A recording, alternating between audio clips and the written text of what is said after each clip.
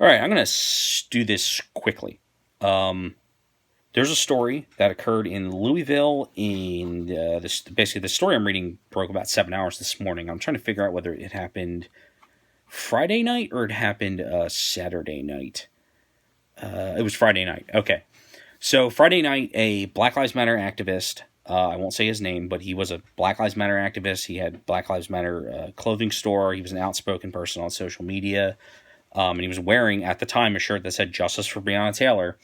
And he walked in, he murdered 3 people in this. Now, they point out that it's an ex-cop owned bar and grill called Bungalow Joe's Bar and Grill. Owned by, basically, in Louisville, Kentucky, owned by an ex-cop. I don't know if this guy knew that this place was owned by an ex-cop, and that's why he specifically targeted it, because the owners are saying they've never seen this guy before. They don't know they didn't know who he was. It seems completely random.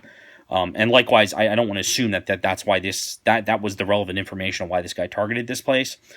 But what he did do is he went in and he murdered 3 people because, that was justice, in the name of BLM justice, basically. Nobody's talking about this story. I don't know. I mean, I should say, I know why people aren't talking about this story. Because if this were a white guy or a dude in a MAGA hat or like a Klan member who had done this, we would be hearing about it nonstop. But because it's a BLM activist, people don't want to face the fact that, hey, you guys have some really violent nut jobs on your side here.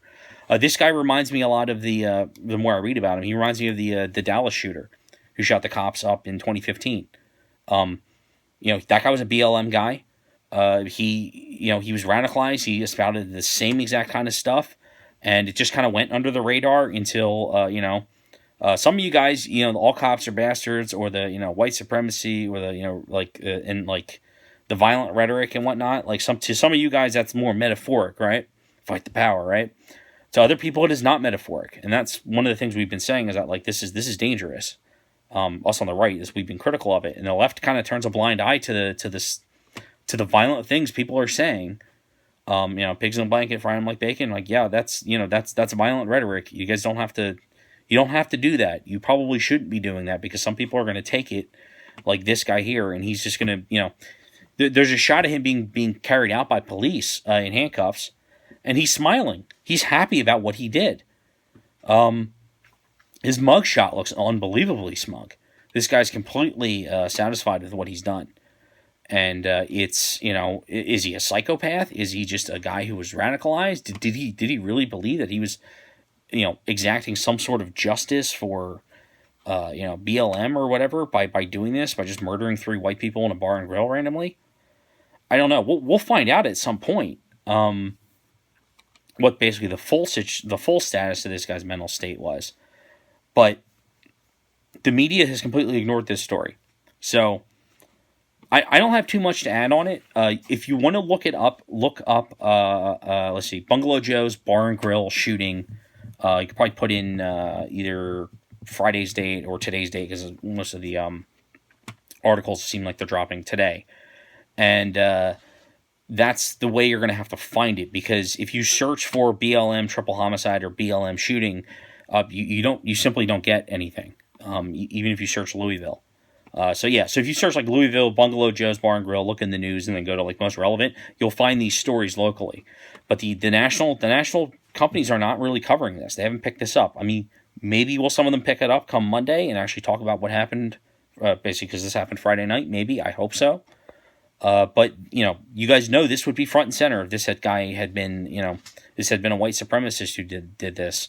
Instead, it's a BLM guy who's done it again. It's kind of like, it's terrorism. It's the same thing. It's for political motivation that he went in and just murdered some people. And nobody's heard about this.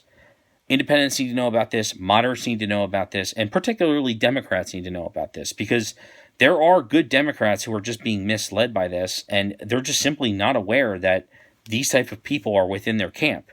These are the type of people who are, basically BLM is fostering and creating in a lot of ways. And I'm sure those people don't want this guy doing that, but they're simply not made aware of him because the media isn't going to show it to them. So it's up to you to show it to them. You don't got to rub it in their face. You don't got to accuse them of being murderers or anything. But you should share this story around, and I'm making a video on it just because nobody's talking about it. So I mean, that's it. 5 minutes. I've explained the story to you, but I do recommend you basically look it up on your own, just so you know I'm not full of shit here. But man, like, where's the news on this? This is it's the silence is deafening, as they say. But we should make people aware of this, that this story has occurred, because it's the type of thing, like, again, had this been a white supremacist, Donald Trump would have been asked like 50 times by reporters by now about it. And instead, with this, Biden's had an event in Philadelphia today, and nobody asked him about this. This should be like a top, like I should say, all things equal, this would be a top thing to ask the candidates about, because it's an escalation of violence. Again, it would be a good time for Biden to come out and say, like, hey, let's not do this. Let's not ferment this within BLM. But they're not even going to have to address it if the media just doesn't cover it. So, spread it around.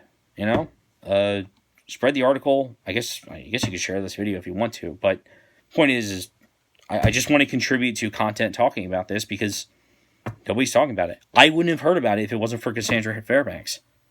And I don't know where the hell she heard about it. I mean, it's something that happened recently. So I guess somebody from Louisville, maybe, who knew what happened, sent it to her to tip her off, because the national sites are not covering this. And you have to, like I said, you have to be pretty specific in your search terms on the search engines to even find it. So, but it's there. It's there. So, yeah, let people know. That's all.